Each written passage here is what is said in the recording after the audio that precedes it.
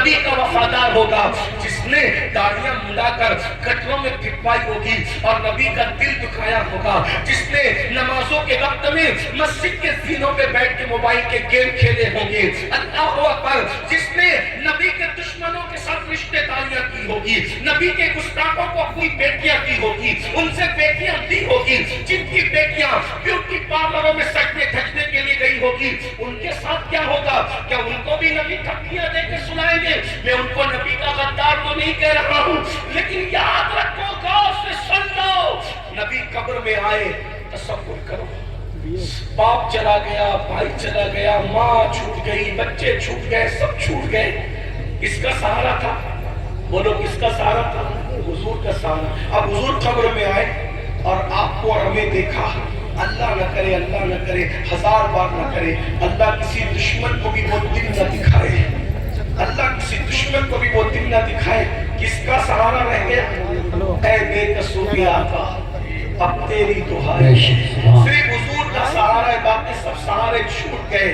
ایسے میں حضور سے آنکھیں ملی اور حضور نے دیکھا اور کہا، اچھا تو ہی تھا سود کے دھندے پیاز کے دھندے کرتا تھا؟ تو نے میرا فرمان نہیں سنا تھا کہ جس نے سود کا پیاز کا ایک لقمہ کھایا گویا اس نے اپنی ماں کے ساتھ 36 مرتبہ زنا کیا؟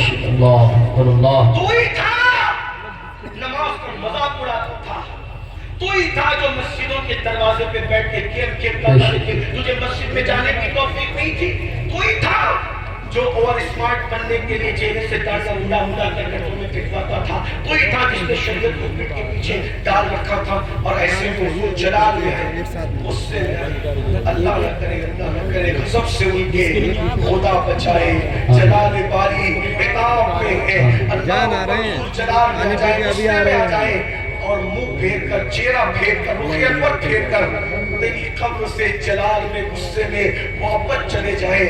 مجھے بتاؤ میرے بھائی، بس اتنی بات میں تمہیں اتنی دور سے کہنے کے لیے آیا تھا، اگر اللہ نہ کرے حضور چہرہ پھیر لیں تو پھر دنیا میں اور آخرت میں مجھے اور آپ کو کون بچائے گا؟ اپنے آپ پہ رحم کر لو، 10 منٹ کا ٹائم مسجد کے لیے نکال لو، نماز کے لیے 10 منٹ کا ٹائم نکال لو۔ عاشقوں نے تو پہلی رات کی دلہن چھوڑ کر کے شہادت کو قبول کیا، اور ہم لوگ نیند چھوڑ کر 10 منٹ کی نیند قربان کر کے مسجد میں نہیں آ سکتے، نعرہ تکبیر، جمعہ نہیں چھوڑ سکتے، نعرہ غوثیہ، نشہ نہیں چھوڑ سکتے، بد نگاہی نہیں چھوڑ سکتے۔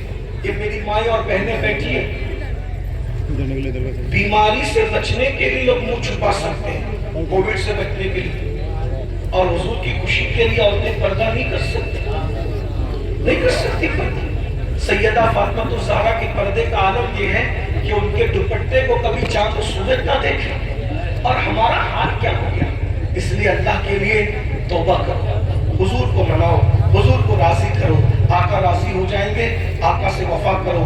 یاد رکھنا، اگر یہ سمجھتے ہو کہ میں سنی ہوں اور میں جھنڈا لگاتا ہوں، جلوس نکالتا ہوں، اسی پر میں نبی کا وفادار ہوں، میں آپ کو غدار کہنے نہیں آیا، لیکن اتنا ضرور ہے، جھنڈے کی اہمیت اپنی جگہ ہے، جلوس کی اہمیت اپنی جگہ ہے، جلسے کی اہمیت اپنی جگہ ہے، نعت رسول کی اہمیت اپنی جگہ ہے، لیکن اگر گناہ کرتے ہو تو اس سے نبی کا دل دکھتا ہے۔ اب آپ کے اوپر ہے، آپ نبی کو خوش کرنا چاہتے ہو یا نبی کا دل دکھانا چاہتے ہو؟ میرے بھائی، جو ماں کا دل دکھائے جب مرتے وقت اس کو کلمہ نصیب نہیں ہوتا، تو جو نبی کا اتنی بار دل دکھائے مرتے وقت اس کی زبان پہ کلمہ کیسے آئے گا؟ اس لیے آج میں ان کی پناہ، آج مدد مانگ ان سے، پھر نہ مانیں گے قیامت میں اگر مان گیا۔ اگر حضور ناراض ہو گئے دنیا بھی تک برباد ہے، آخرت بھی برباد ہے۔ میری مائیں اور بہنیں موجود ہیں، ان سے بھی کہتا ہوں نماز کے لیے وقت نکالو، نماز کے لیے ٹائم نکالو، اور اپنے بچوں کو علم سے روشناس کراؤ، بچوں کو تعلیم دو، اچھی تعلیم دو۔ کم سے کم ایک گھر میں ایک عالم ایک حافظ ہونا ضروری ہے۔ ڈاکٹر بناؤ، انجینئر بناؤ، ٹیچر بناؤ، ایڈوکیٹ بناؤ، تعلیم پہ محنت کرو۔ آج مسلمان کیا کہتے ہیں؟ ہمارے پاس تعلیم کے لیے پیسے نہیں ہیں، تعلیم مہنگی ہو گئی ہے۔ میں نے کہا بھائی،